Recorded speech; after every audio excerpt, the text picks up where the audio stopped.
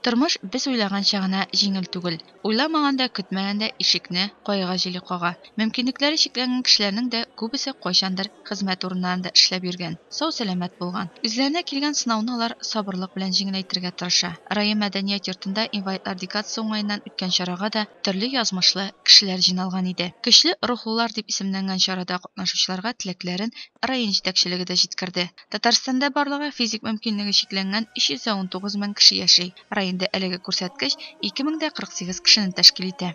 Бүгенге көндә безнең районда 2048 мөмкинлеге чикләнгән кеше исәпләнә. Шуның 97се безнең балалар. Хөкүмәт тарафыннан барлык хөкүмәт белән тиешле бөтен гарантиялар, аларга бөтен субсидия льготалар бүгенге көндә түләнелә, вакытлы бөтенесе дә үз вакытында түләнелә. Безнең анда субсидия түләмәү дигән проблемалар килеп чыкканы юк. Мөмкинлеге чикләнгән кешеләр безнең санаторийлар белән тәэмин ителә һәм алар ел дәвамында үзләренең сәламәтлекләрен реабилитация бүлекләрендә бөтен Татарстан, бөтен республика буенча реабилитация үтәләр инде безнең.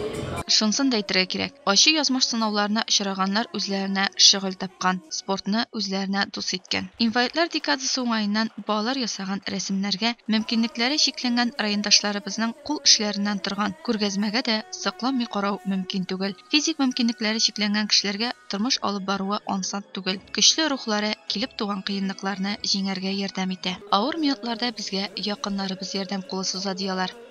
Минем тормышымны алып барырга балам бар, әтием бар янымда. Аллаһка шөкер, тормыш иптәшем бар. Бергә җиңеп чыгабыз ләкин бөтен авырлыкларны да бергә барабыз. Бергә булганда җиңелрәк була. Менә шундый авыр ситуациядә калган кешеләргә нәрсә әйтәсең? Ничек менә тормышта ният табырга икән? Мин аларга шуны гына әйтәм, бары сабырлык һәм түземлек кирәк. Шулай булганда гына барсын да җиңеп чыга аласың.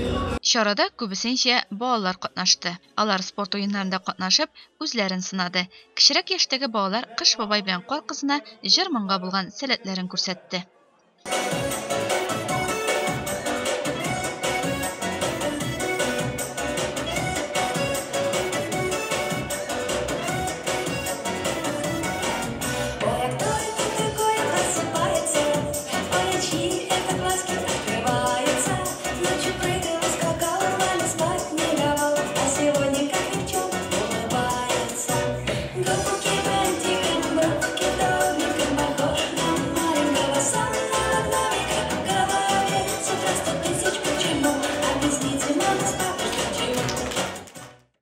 Районда мөмкинлекләре чикле булган балалар саны байтак. Аларның саны 97-гә җитә. Аларга бар назларын, җылылыкларын әти-әниләре, якыннары бүләк итә. Сәләтле балалар вакытларын мавыктыргыч, файдалы итеп үткәрергә тырыша. Инвалидлар декадасы уңаеннан үткән чараларда да алар теләп катнаша.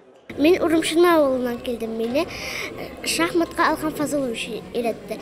Мин инде садиктан ук шахматны уйный башладым.